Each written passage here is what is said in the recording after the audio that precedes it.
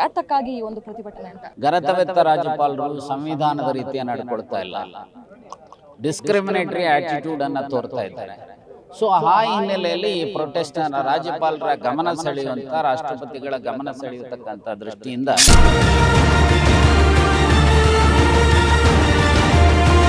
ನೋಡಿ, ಒಂದು ಕಡೆ ಸಿದ್ದರಾಮಯ್ಯ ರೋಲ್ ಇಲ್ದ ಇದ್ರು ಸಹ ಮೂಡಾ ಪ್ರಕರಣದಲ್ಲಿ ಅವರನ್ನ ಪ್ರಾಸಿಕ್ಯೂಟ್ ಮಾಡೋದಕ್ಕೆ ಪರ್ಮಿಷನ್ ಅನ್ನ ಕೊಡ್ತಾರೆ.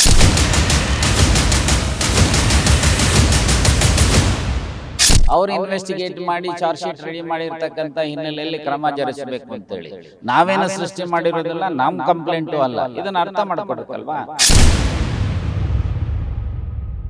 ಇದು ಗಾಂಧಿ ಪ್ರತಿಮೆ ಎದುರು ಪ್ರತಿಭಟನೆಯನ್ನ ಮಾಡ್ತಾ ಇದ್ದಾರೆ. ಹಾಗಾದ್ರೆ ಏನಕ್ಕಾಗಿ ಪ್ರತಿಭಟನೆ ಮಾಡ್ತಾ ಇದ್ದಾರೆ ಅಂತ ಬನ್ನಿ ಕೇಳೋಣ. ಕಾಂಗ್ರೆಸ್ ನಾಯಕರಾದಂತಹ ಉಗ್ರಪ್ಪನವರು ನಮ್ಮ ಜೊತೆ ಇದ್ದಾರೆ. ಸರ್ ನಮಸ್ತೆ. ಸರ್, ಯಾತಕ್ಕಾಗಿ ಈ ಒಂದು ಪ್ರತಿಭಟನೆ ಅಂತ?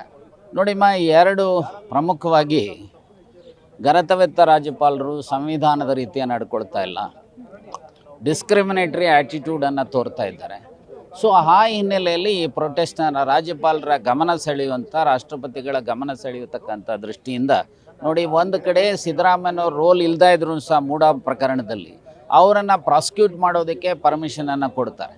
ಆದರೆ ಯಾವ ಕುಮಾರಸ್ವಾಮಿ ಅವರು 556 ಎಕರೆ ಯಾವ ಮೈನಿಂಗ್ ಏರಿಯಾನ ಅವರು ಮುಖ್ಯಮಂತ್ರಿಗಳಾಗಿದ್ದಂಥ ಸಂದರ್ಭದಲ್ಲಿ ಕೊಟ್ಟಿರ್ತಕ್ಕಂಥದ್ದು, ಒಂದು ಕಡೆ ಜಸ್ಟಿಸ್ ಸಂತೋಷ್ ಹೆಗ್ಡೆ ಅವರ ವರದಿನಲ್ಲಿ ಪ್ರಸ್ತಾಪ ಆಗಿರುವಂಥದ್ದು, ಮತ್ತು ಲೋಕಾಯುಕ್ತರು ತನಿಖೆ ಮಾಡಿ ವರದಿಯನ್ನು ಕೊಟ್ಟು ವರದಿಯನ್ನು ರೆಡಿ ಮಾಡಿ ಚಾರ್ಜ್ ಶೀಟ್ ಹಾಕುವಂಥ ಹಂತದಲ್ಲಿ I think section 12 of the Lokayukta ಆ್ಯಕ್ಟಲ್ಲಿ ಪರ್ಮಿಷನನ್ನು ಅದನ್ನು ಪೆಂಡಿಂಗನ್ನು ಇಟ್ಟುಕೊಂಡಿರುವಂಥದ್ದು. ಅದೇ ರೀತಿಯಲ್ಲಿ ನಿರಾಣಿ ಇರ್ಬೋದು ಅಥವಾ ಇವರು ಯಾರು ಜೊಲ್ಲೆ ಇರ್ಬೋದು, ಇನ್ನಿತರ ಕೇಸುಗಳಲ್ಲಿ ಪೆಂಡಿಂಗ್ ಇಟ್ಕೊಂಡು ಸೊ ಮಾಡ್ತಾ ಇರೋವಂಥದ್ದು ಇದೆಯಲ್ಲ, ಇದು ಎಲ್ಲೋ ಒಂದು ಕಡೆ ಡಿಸ್ಕ್ರಿಮಿನೇಟರಿ ಆಟಿಟ್ಯೂಡ್ ಏನಿದೆ ರಾಜ್ಯಪಾಲರು, ಇದನ್ನು ಸರಿ ಇಲ್ಲ ಅನ್ನೋದನ್ನು ತೋರ್ತಕ್ಕಂಥ ದೃಷ್ಟಿಯಿಂದ, ಗಮನ ಸೆಳೀತಕ್ಕಂಥ ದೃಷ್ಟಿಯಿಂದ ಈ ಒಂದು ಪ್ರೊಟೆಸ್ಟನ್ನು ಹಮ್ಮಿಕೊಳ್ಳಲಾಗಿದೆ. ಬಹುಶಃ ಈಗಲೂ ಸಹ ಕಾಲ ಮಿಂಚಿಲ್ಲ, ಗವರ್ನರ್ ಅವರು ತಮ್ಮ ತಪ್ಪುಗಳನ್ನು ತಿದ್ದುಕೊಂಡು ಸಂವಿಧಾನ ರೀತಿಯ, ಕಾನೂನು ರೀತಿಯ ನಡ್ಕೊಳ್ತಕ್ಕಂಥ ಕೆಲಸ ಮಾಡಲಿ ಅಂತೇಳಿ ಆಶಿಸ್ತಾರೆ.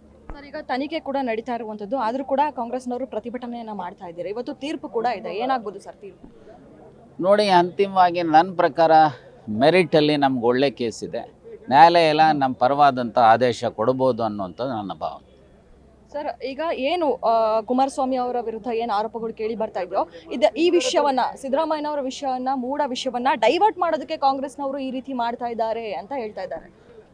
ನೋಡಿ, ಆ್ಯಕ್ಚುಲಿ ಡೈವರ್ಟ್ ಮಾಡೋದಕ್ಕೆ, ಯಾಕೆಂದರೆ ಅವರ ಭಾರತೀಯ ಜನತಾ ಪಾರ್ಟಿಯವರು ಮತ್ತು JDSನವರು ಅವರ ಉಳುಕುಗಳನ್ನು ಮುಚ್ಕೊಳ್ಳಿಕ್ಕೋಸ್ಕರ ವಿನಾಕಾರಣ ಸಿದ್ದರಾಮಯ್ಯನವರ ಅಲಿಗೇಷನ್ಸನ್ನು ಮಾಡಿ ಡೈವರ್ಟ್ ಮಾಡೋದಕ್ಕೆ ಪ್ರಯತ್ನ ಮಾಡ್ತಾರೆ. ನಾವು ನಿಜವಾಗಿ ಈಗ ನಾವು ಕೇಳ್ತಾ ಇರೋದು ಲೋಕಾಯುಕ್ತರ ವರದಿ ಆಧಾರದ ಮೇಲೆ ಅವರು ಇನ್ವೆಸ್ಟಿಗೇಟ್ ಮಾಡಿ ಚಾರ್ಜ್ ಶೀಟ್ ರೆಡಿ ಮಾಡಿರ್ತಕ್ಕಂಥ ಹಿನ್ನೆಲೆಯಲ್ಲಿ ಕ್ರಮ ಜರುಗಿಸಬೇಕು ಅಂತೇಳಿ ನಾವೇನು ಸೃಷ್ಟಿ ಮಾಡಿರೋದಿಲ್ಲ, ನಮ್ಮ ಕಂಪ್ಲೇಂಟು ಅಲ್ಲ. ಇದನ್ನು ಅರ್ಥ ಮಾಡ್ಕೋಬೇಕಲ್ವಾ?